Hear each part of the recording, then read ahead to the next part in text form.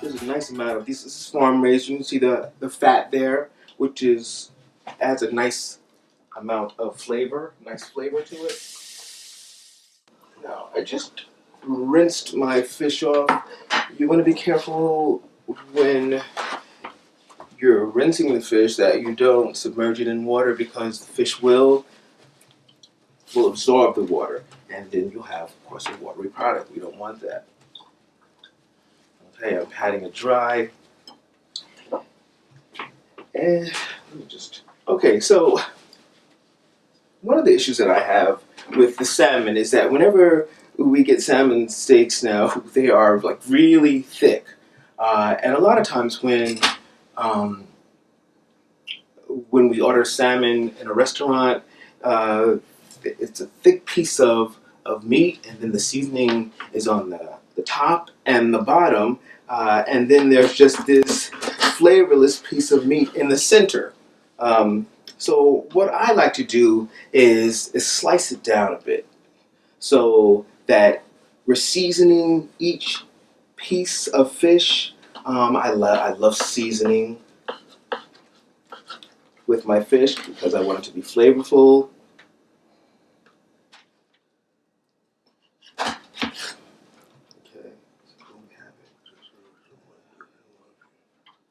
And it doesn't have to be a perfect cut. You can see I'm cutting this in thirds. And this one is a little more tricky to cut because it has a bone in the center. Right. You end up with a thick piece of meat with seasoning on either side, and in the very center, there's no seasoning at all.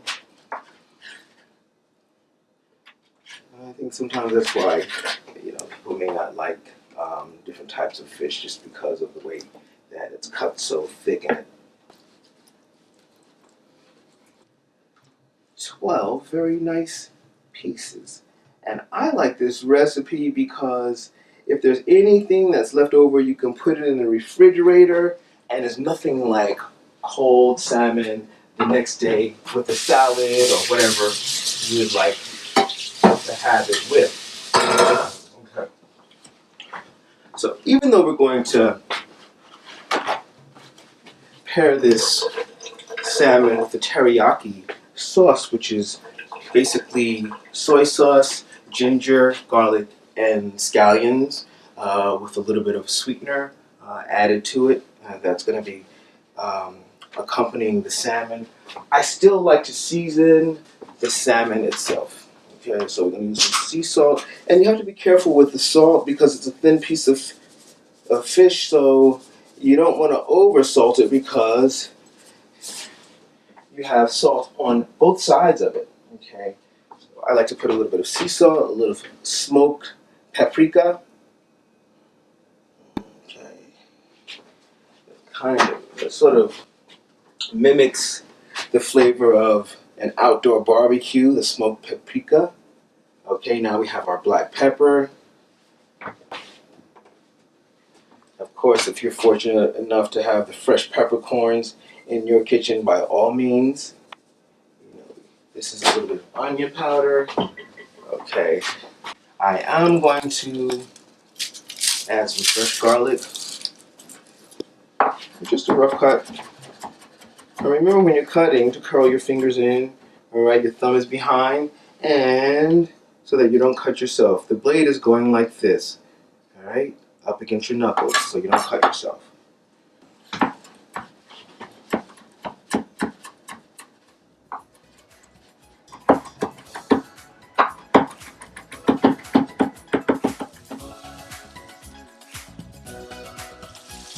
So that you can eat.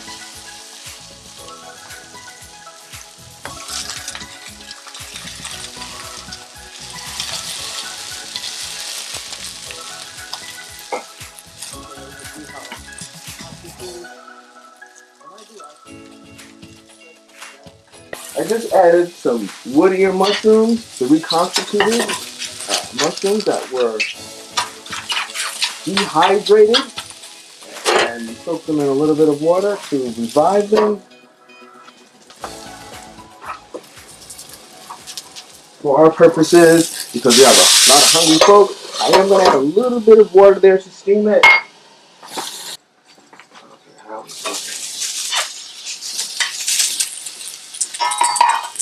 Love it. It's a wonderful, wonderful application. It's a wonderful. Nice. And now this is when we add our teriyaki sauce at the very end. Okay.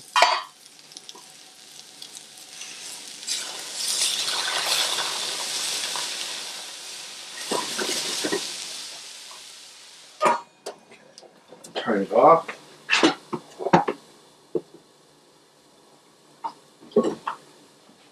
Just a little more.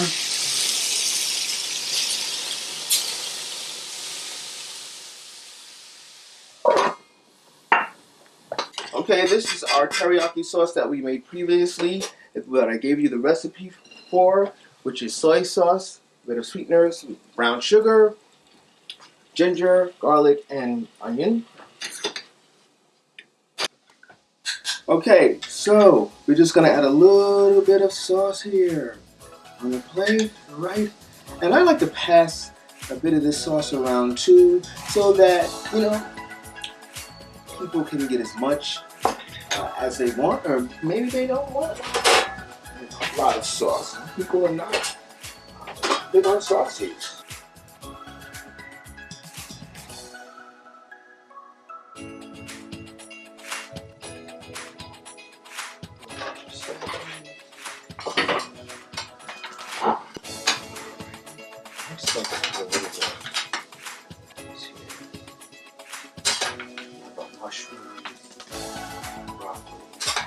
Mushrooms, Whittier.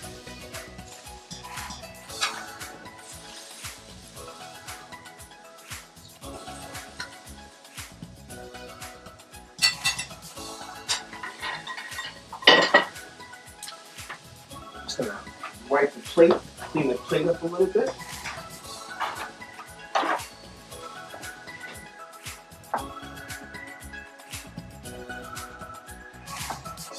Okay, and there you have it.